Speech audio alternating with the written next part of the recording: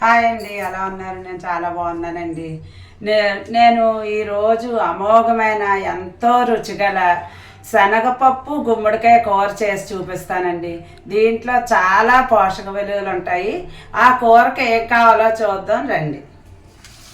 ఇదిగోండి గుమ్మడికాయ, తీపి గుమ్మడికాయ అండి, కూర గుమ్మడికాయ అంటారు కదా, అది తొక్క తీసేసి ఇలా సన్నగా తరుక్కోవాలి.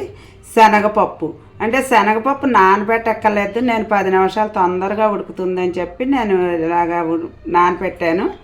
ఉప్పు, కొద్దిగా చింతపండు, పచ్చిమిరపకాయ ముక్కలు ఇక చూసారా ఎలా తరుక్కున్నాను, పసుపు, కరివేపాకునండి.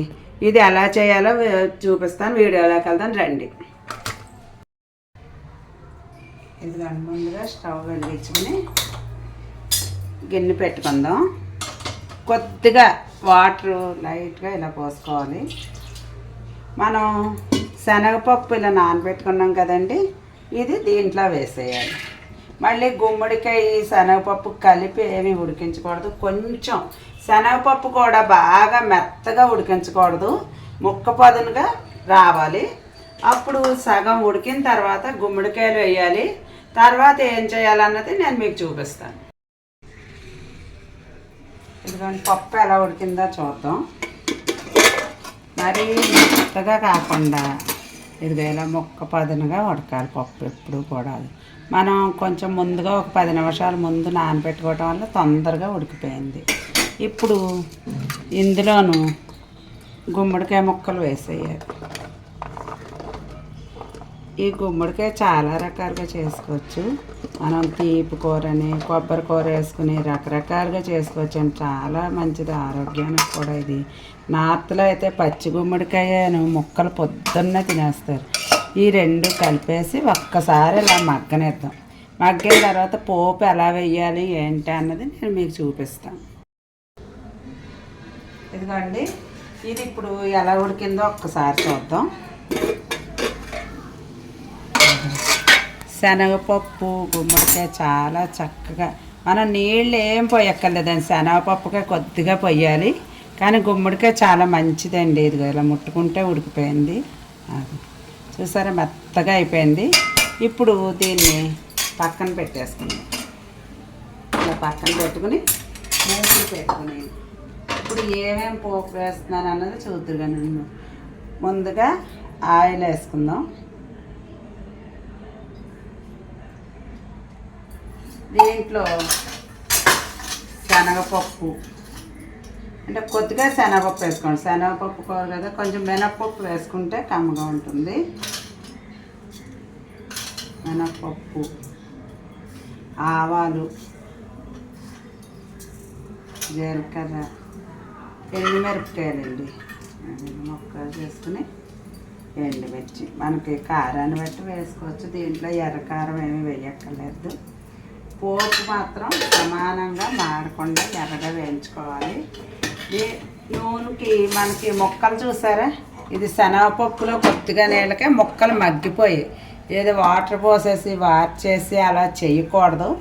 ఈ లోపుగానే మనం దీని మీద పప్పు ఉడికిన దాని మీద కొద్దిగా చింతపండు పులుసు తీసుకున్నాం కదా, లైట్గా వేసుకోవాలండి. పులుపు అనేది మరీ ఎక్కువ వేసుకోకూడదు. ఈ పచ్చిమిరపకాయలు కూడా పోపులో వేయించుతాను.